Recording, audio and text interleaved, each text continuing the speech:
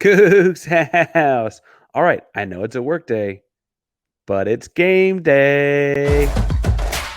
You are Locked On Coogs, your daily podcast on the Houston Cougars, part of the Locked On Podcast Network, your team every day.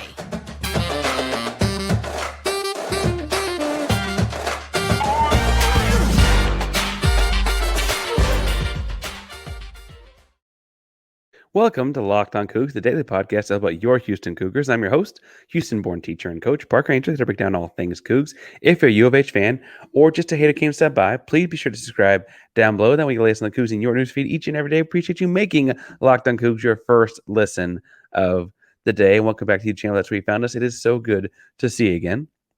Remember to hit subscribe. We're doing a giveaway every 250 subscribers. The next one's 1,750. We're over 1,600, so hit subscribe to help us get there. Like and comment on the video to let us know you are in. And if you don't know what to say after hearing something about West Virginia and this game tonight, you just been all West Virginia out, tell us.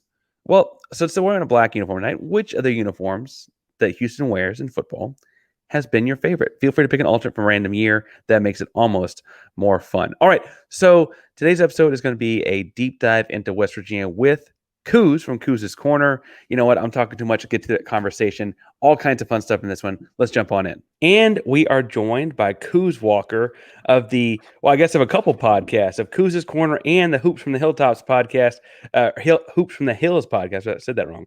I'm sorry, Couz. But Couz, how are you doing today as we talk West Virginia? Parker, I am doing great, man. I appreciate you bringing me on the show. Couz, I got to admit, you've been covering West Virginia for a while. You cover West Virginia and the Big 12 for a couple different podcasts. Mm-hmm. I am going to totally own something I did wrong, and that was underestimate West Virginia when I was doing my preseason pollings of things. I absolutely was one of the many people that I'm sure had them. I don't think if I had them last or in the bottom, whatever, but I just thought I looked at what they did last year going 5-7. I looked at their schedule. They had some, difficult non-conference games because those non-conference rivalries with Power 5 schools. I didn't think they were going to get here. And instead, the Houston game would theoretically be their fifth win already, matching all of last year. Mm-hmm. Couz, talk us through what's this year been like for West Virginia. Well, first and foremost, you definitely are not the only one. You're one of probably every other podcaster and media person out there. And myself, in my preseason prediction, I had us sitting at 2-3 right now with losses to Texas Tech and TCU. So we're even overachieving, to my standards and most in the fan base, I think. But no, we're happy, man. We're in a good spot, the best spot we've been in since 2018, since Dana left. Honestly, that 2018 team we had with Will Greer, David Seals, those guys is the last winning season we had during a non-COVID year. Let me put it that way. The COVID year was an exception. But yeah, it's the last time we won more than 6 games, or at least on pace to. So it feels good, man. Now, we obviously are cautiously optimistic because we know that the tables could turn at any time. This team has a lot of deficiencies, and we know it. So we're excited, but we're also a little nervous, and we're still not totally comfortable yet, if that makes sense. Well, say not totally comfortable, but and I'm going to make the argument, and I made the argument all week. There's a path for Houston to victory in this game, but y'all are favored in this game. You got Oak State after. They've had a rough year. Central Florida, BYU, Oklahoma's good, but then Cincinnati and Baylor, y'all have a real path to the Big 12 title game. Are you thinking that far down the line, or is that not in the periphery yet? Yeah, it's hard not to, mainly because I do a show and I have to talk about it. But I try not to think about that far ahead, and I hope the team's not thinking that far ahead, obviously. But as a fan, it's fun to talk about. It's fun to speculate. It's fun to, hey, what could be. But at the end of the day, man, I know that more than likely this team's going to lose to Oklahoma. More than likely we're going to drop a game we're probably not supposed to drop, because that happens, especially in this conference. Mm-hmm. This conference, we're going to probably just eat each other up, man. Every team could end up with three losses, with the exception of maybe Oklahoma and Texas. So it's just we're cautiously optimistic, but at the same time, and we have hope, but at the same time, we also are trying to be realistic about it, and we understand that, anything above 6 wins right now is a step in the right direction, to be honest. No, and frankly, it's all growth from last year. Like you said, I have to admit, after this week, as a traditional and a school that will continue to be in the Big 12, I would not mind seeing West Virginia win the whole thing because this idea that Oklahoma and Texas could be battling it out kind of rubs me the wrong way, obviously. This year, did you know that you had this kind of lightning in a bottle in a mobile quarterback? They've had a great ground game with a couple running backs, it looks like, including a younger, kind of faster guy. Did you see that coming, or has that all been kind of a shock to the system? The running game part we saw coming. I mean, I've been on record saying all along this is a style of football we need to play. I didn't think it would be this one-sided as far as run to pass, but I knew we needed to be a running football team. And when you look at strong offensive line, we knew we had a talented running back room. We knew we had a lot of new faces at receiver, and we knew that we had a quarterback that could run the ball. And he's probably, at least at this point in his career, a better runner than he is a passer. So we knew that was probably going to be our bread and butter. So that part wasn't a surprise. The surprise has been our defense. We did not expect our defense to be this good. That's really been the huge shock to all of us, really, in Mountaineer Nation. Well, and defensively, that kind of shock in modern football comes when you have new guys. You only have a couple new starters. I was really impressed. I went back and forth message the other day about Beanie Bishop. Yeah. You have a safety named Anthony Wilson who's new, if I'm not mistaken.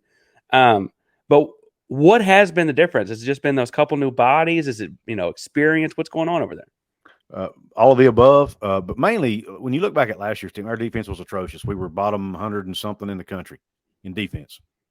So what they did in the offseason, a couple different things. One, they went back and they did a lot more tackling during fall camp, during spring ball. Last year we didn't have a whole lot of depth, so they decided not to tackle as much at practice. Well, we were a terrible tackling team throughout the whole season. So the coaching staff this year decided, you know what, if we want to be a good tackling team, we've got to tackle at practice. And so that's what they decided to do. They said, we've got to be a physical team. We've got to tackle better. So they just spent more time tackling and working on their tackling.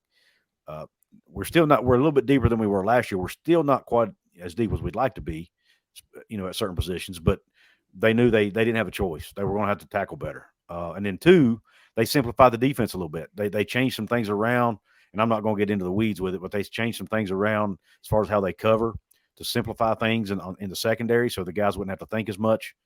And it allows them to play a lot faster and just go run to the football, and do their job. They don't have to do as much thinking. So that's two big things. And then, we've added the right pieces. Beanie Bishop being the primary one you mentioned. We're extremely deep on the defensive line. We go 10 or 11 guys deep there. Some of those guys are transfers. So, I mean, they really further down the lineup, right? Not the starting group, but like in the second and third. Well, Mike Lockhart, our nose tackle, is a transfer. He transferred in last year. Yeah. Okay. He's not on my radar, but that makes sense. I got you. Yeah.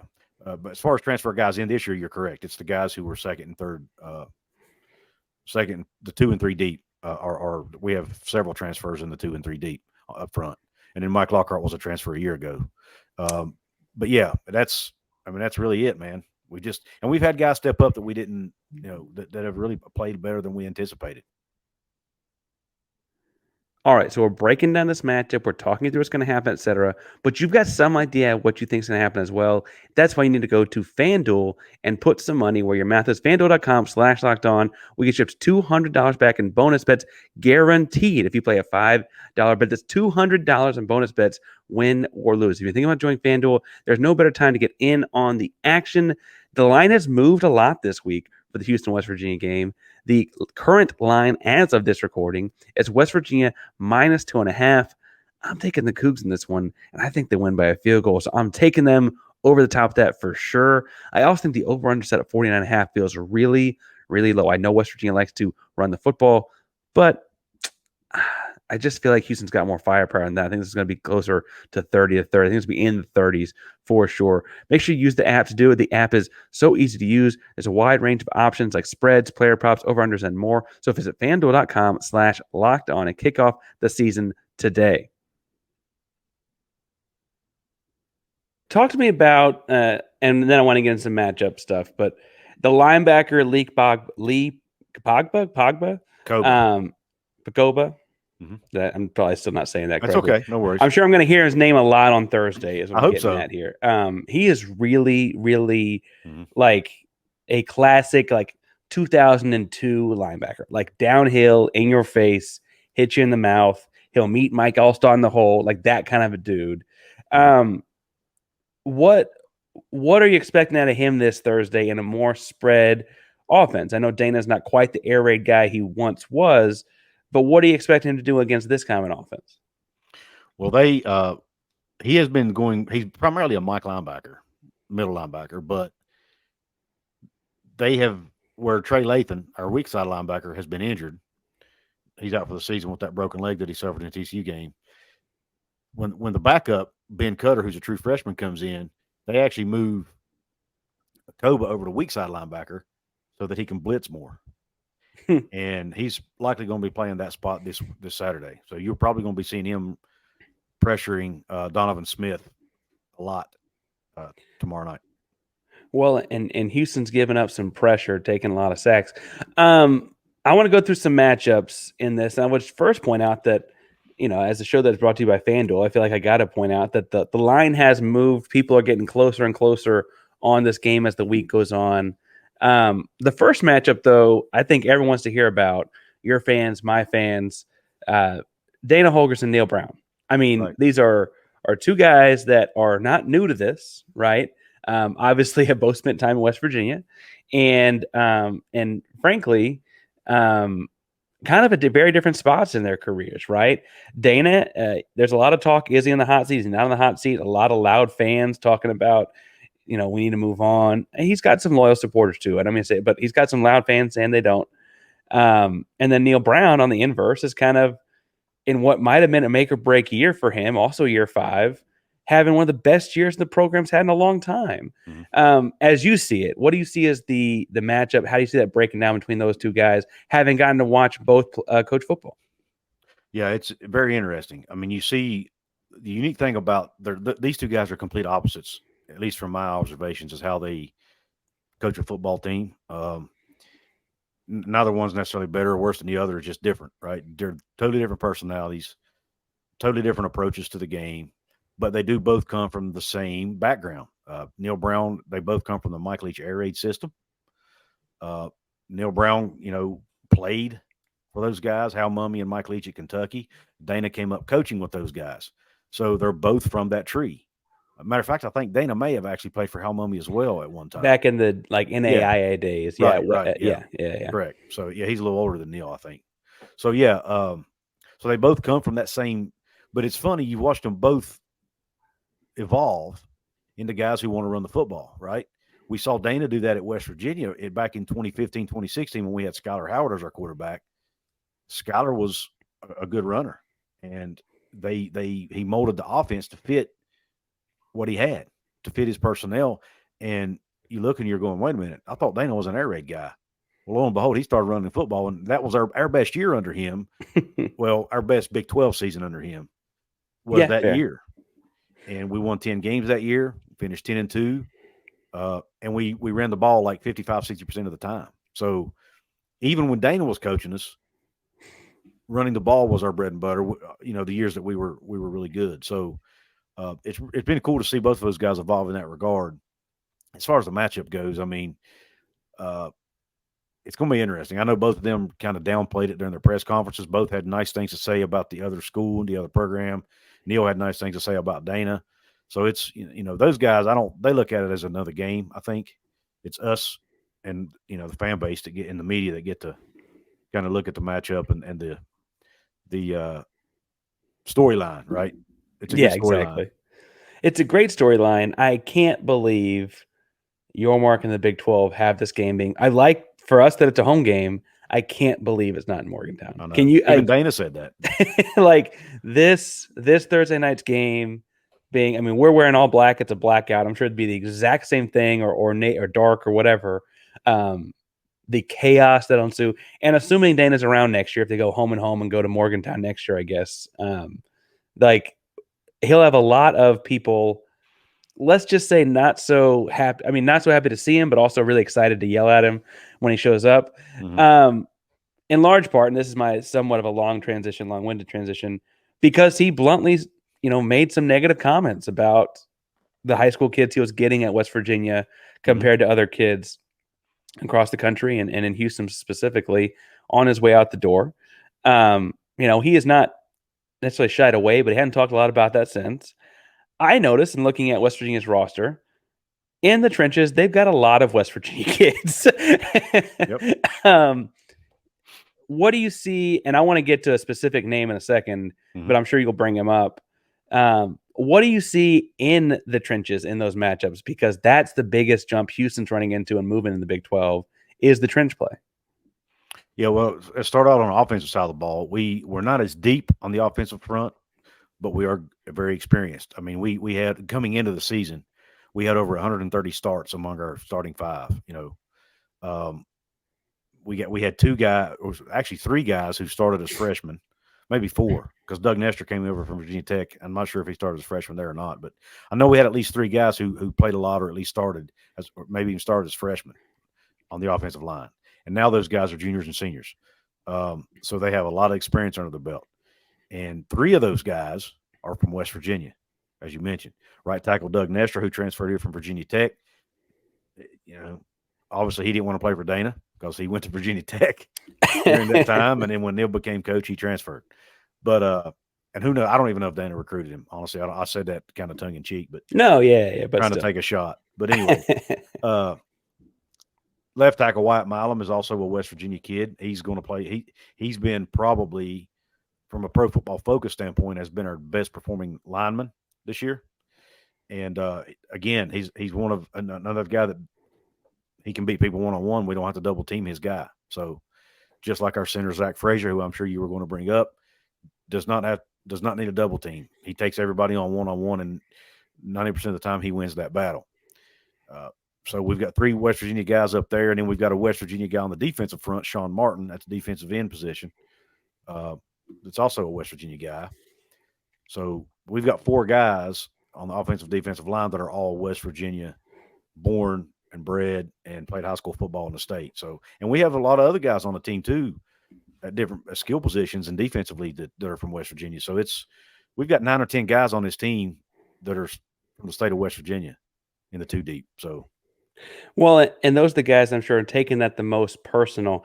I got to pause on Zach Frazier though, because one of my favorite guys I like the trenches, and one of my favorite guys on Houston's roster is Chidozie or Dot Nwankwo, our nose tackle. Now he's an undersized guy by pro metrics. He's more like 5'10", 5'11". He might list himself 6 foot, but he's stocky and built like a very athletically big guy. He's only about 290, 295, which is not the 350-pound guy like Cincinnati has, or I mean, I saw TCU had some guy like 450. Like he's not that guy, right? But one of the linchpins when Houston has success in the defensive line in stopping the run is that he demands a double team. West Virginia has gone, by my count, to this year without having to do that at all. And they won't this week either, I doubt. Now, that's what I was going to ask is how vital. They won't start out that way. No, it won't start out that way. How vital is it to what they do? Because that's a big advantage. You want to go one-on-one. Most centers, because they're half a step late or whatever, because they got to snap the football. They're typically a little bit smaller offensive linemen. Most centers have to. If anything, it looks like to me when Zach Frazier's involved in the double team, it's really to help the guard. How big of an advantage is that for West Virginia and what they do? I know that you can get into scheme. I don't know how in nitty-gritty you want to get in on it, but how big of an advantage is that for West Virginia to have a center that doesn't need it all that often? Oh, I mean, it's massive. I mean, I think it really determined or helped determine what the identity of this team was going to be. We could not be that run-heavy, run-first, smash-mouth football team if we did not have a center that could play the way Zach Frazier's playing. And really all the guys up front playing the way they're playing, because they're all involved, obviously. All right, so if you're looking for a lot of talent for your roster, like West Virginia has added the corner spot, like Houston's added with kids from West Virginia, or what have you, make sure to linkedin.com/lockedoncollege to add to your team today. These days, every new potential hire can feel like a high-stakes wager for your small business, and you want to be 100% certain you have access to the best qualified candidates available. That's why you have to check out LinkedIn Jobs. LinkedIn Jobs, you find the right people for the right team faster and for free. Again, LinkedIn Jobs, you find the right qualified candidates you want to talk to faster. Post job for free at linkedin.com/lockedoncollege. It's linkedin.com/lockedoncollege. Post job for free. Terms and conditions apply. I got a text one night from Josh Neighbors. You're one of your former coworkers on Locked On. He was like, man, he said, I have so much fun watching your team because I love how many different ways they can find to run the football.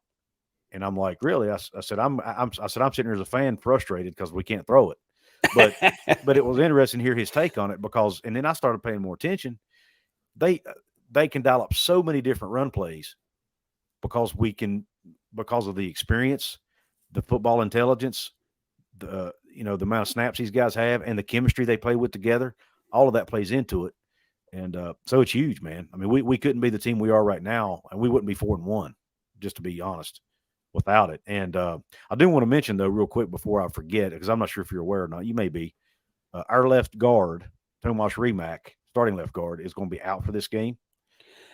I heard that, and then someone else is playing after getting poked in the eye pretty bad. Like the left tackle I mentioned, Wyatt Milam, is a game time decision.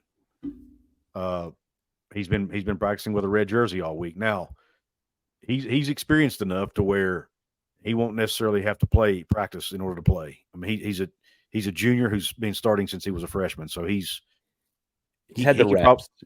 He's had enough reps to it's not a big deal.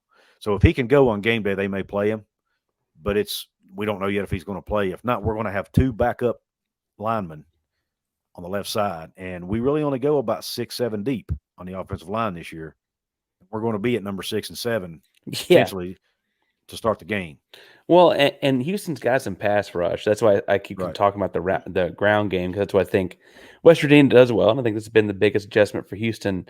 As far as the skinny guys go, we could talk about Garrett Green, the quarterback, and how athletic and mobile he is. In my episode yesterday, I talked about needing to get him contained, but still fluster. Like, don't want to flush him because he's going to run around at you, right? Mm-hmm. But still getting after him.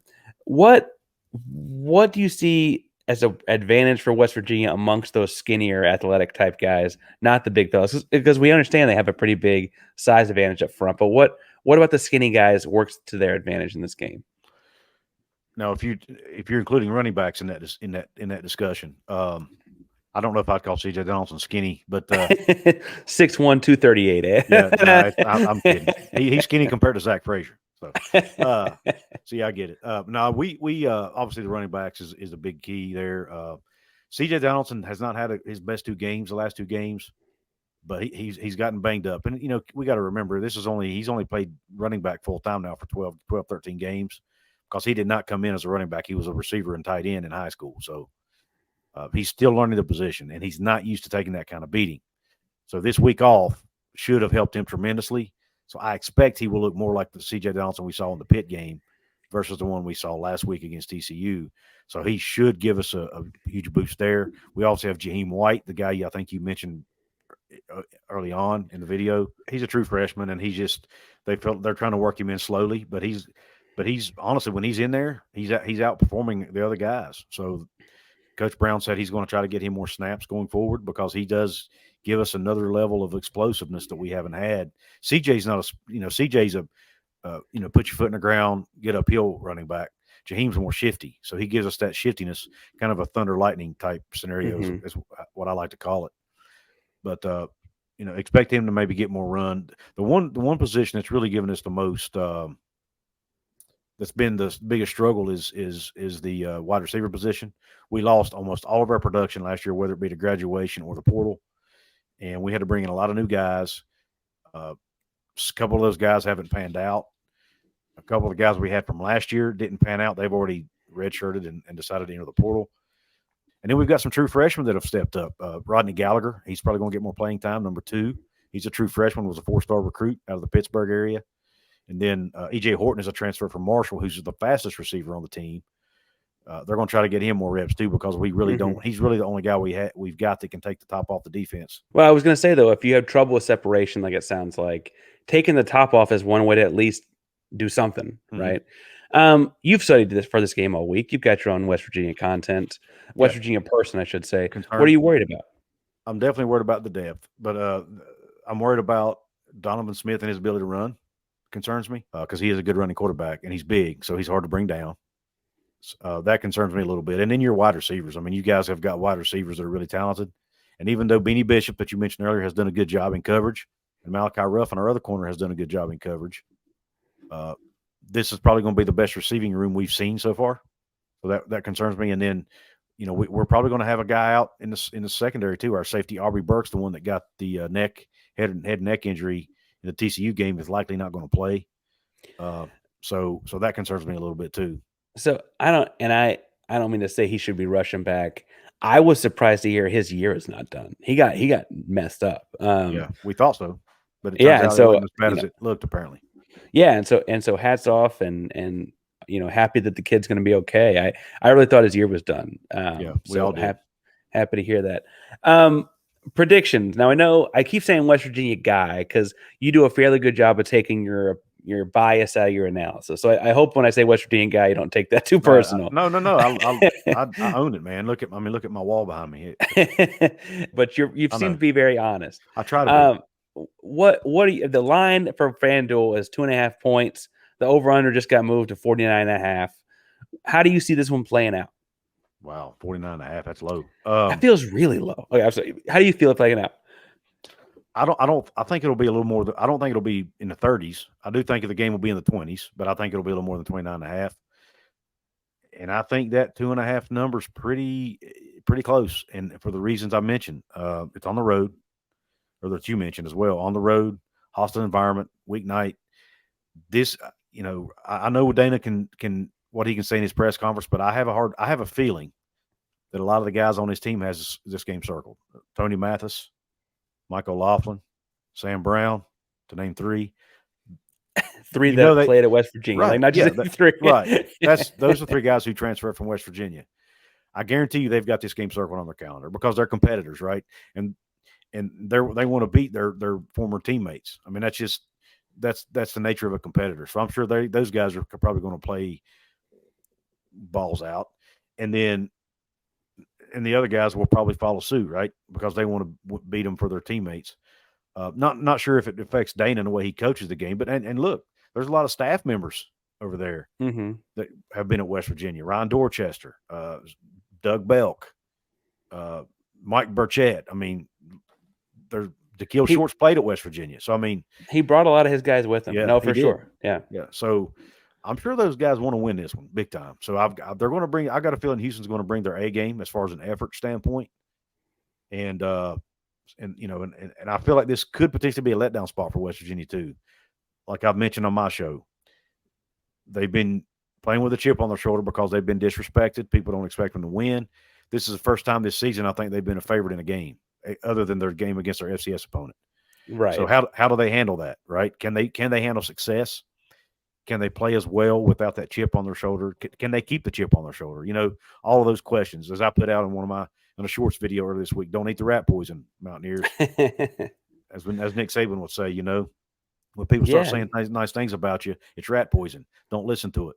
So hopefully they take that mantra and run with it and kind of block out the outside noise and just focus on the game. Well, maybe that's why I'm subtly saying that they got an outside shot to win the Big 12. It's just giving you more rat poison. Yeah. Thanks, Parker. Couz, you've done a great job covering this all week, all year. You have a couple channels. One does football, one does basketball. Tell people where to find you and your work as they're getting ready for the game tonight.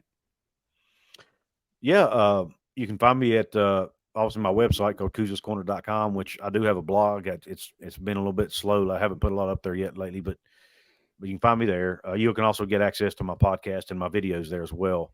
But primarily you can find me on YouTube at Couz's Corner, spelled COUZ''S for those of you who are listening. And then I have a basketball channel called Hoops from the Hills, where a partner and I cover the West Virginia basketball team.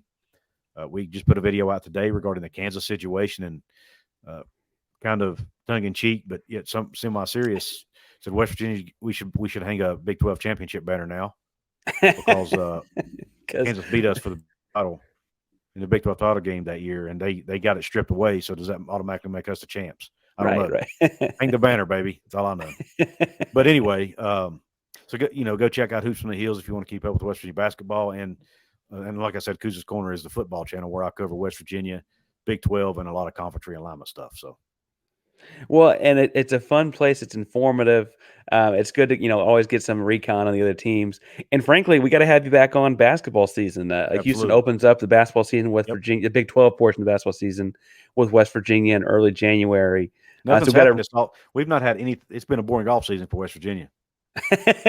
Yeah, man, I really was looking forward to that coaching matchup, but that's no more. Anyway, Couz, thank you for coming on today. Again, we'll talk to you again soon about basketball and other things. Absolutely. But good to have you on. Good to talk to you again, man. Yeah, thank you, Parker. Been a pleasure.